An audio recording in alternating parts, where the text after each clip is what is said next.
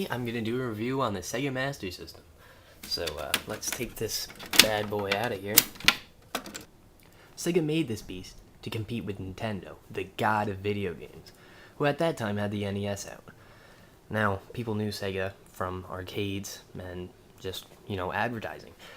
So they figured, people might buy our system if we just, make it. So here it is, Sega Master System. It's fairly big, as you can see. It's, if you have an Atari 2600, it's the exact same length. Like, exactly. That's the Atari in the background. It's kind of dark. But Sega just wanted to bring arcade games like Afterburner and just random games like that. This model came out in 1986. And I know that because when you turn it on, that's what it says. But it's, just big. It came out a few years after the NES. And let's see. Let's take a look at this thing. As I said before, it is big. It's not that wide, but it is long. It's weird. It's pretty amazing. I don't really have that much room for it. I don't even think it works. But, of course, you got a power button. You've got your reset button. And then you have your mystery button, which actually turns out to be a pause button. There is no pause button on the controller. It's on the system, so you pause, you have to get up and pause. You have your two controller ports right there. It uses the same controllers as an Atari 2600 and a Sega Genesis, so you can use those on this or vice versa. On the back, you have your AV out, of course. Is the same AV as a Sega Genesis Model 1, so you can just swap those, which is what I do. You have your channel 3 and channel 4 switch. You have your RF and your AC adapter thingy. It's got little vents here just to look cool. I mean, it does look pretty cool. That's just, there's a sticker right here. This isn't just like separate stickers or whatever. This is just one big thing. So here on the system, it actually has instructions on how to play, or at least start up your system. So this says cartridge with a line going to power on, and also says card. Now I'll tell you what the card is in a second. Here it says controller 1, then plug in controller 2, and it's hooked up to your TV. So I don't know, they just did that. But card, as I said, there it is, card input. And what that was, some games came on cards. There were certain games, they would come on cartridges and cards, just depending on what you liked better. I don't know what the purpose of that was, but, they had it. So, it's called the Sega Master System Power Base. Power. I'm pretty sure that was Nintendo's thing, though. Now you're playing with power or whatever. But it's a power base, so you can't go wrong with that. Okay, so I've hooked this thing up, and let's check out some Afterburner. Now, before we start, let's take a look at this controller. Look a little familiar. Let's see, what controller might this look like? Maybe this one, Nintendo NES controller. Remember those? Probably the most famous controller in existence. They look exactly the same. Well, almost. Except this one is much better. And it has start and select. As I said, there's no pause button on here, and you have to pause on the system itself. Now, there's also a weird thumb pad thing that would go in where this little dot is, and it would be like a joystick, but honestly, no one even owned the system, so who cares? So let's check this out. Just turn on the system.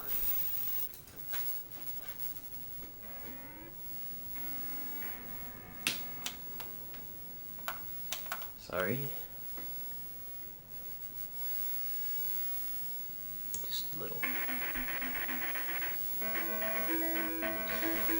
So as you can see, I think it is just a game. Okay, so let's start this up. You have to use 1 to start. This is probably my favorite game on the system. So you just fly around shooting guys. It's pretty fun. 1 is missiles and 2 is shoot. You can do barrel rolls and fly around. It's entertaining. But it's, you know, just this the whole time. It's just basically an arcade game. But that's what the system was supposed to do. So, that's cool. Some other games too, let's check those out. This is Rampage, and if you don't know what Rampage is, maybe you shouldn't be watching this. Okay.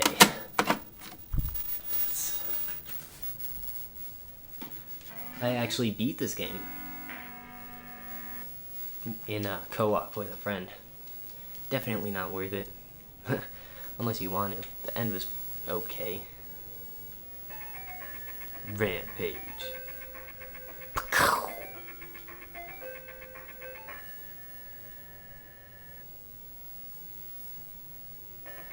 Okay, so, well, I have to watch that again? Okay, so you can pick your monsters. There's 1 player, 2 player, whatever. So, yeah, you got George, the monkey thing, Lizzie, the lizard thing, and Ralph, the thing. So, I'm gonna pick George, because he's on the cover. San Francisco. There's like 10 cities or something. You know, major cities. You just basically run around and smash stuff.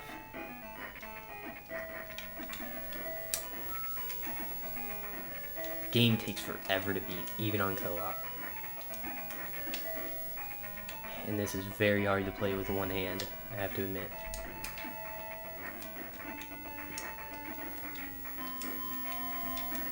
So yeah, you hit a building enough times and it'll eventually collapse, but there's no way I'm gonna get one to collapse. Oh, that one just blew up for some reason. That was pretty cool. So yeah, so when you die, which, you know, takes forever, you just stand there.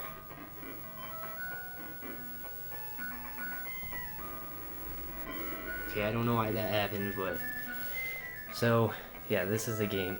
After a level, you just get your stats, how many lives you have left, your score, that dude.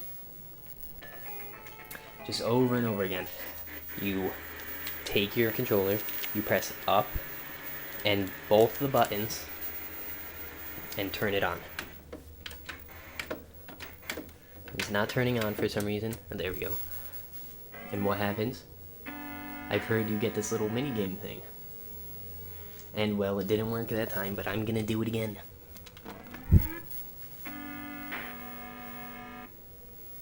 And there it is. Well, all it is a snail thing in a maze.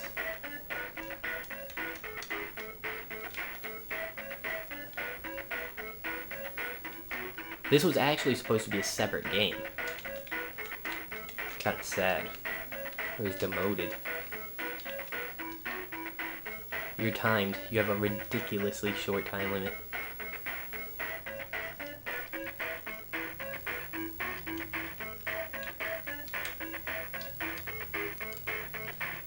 Oh god, that song. Does that even count as a song?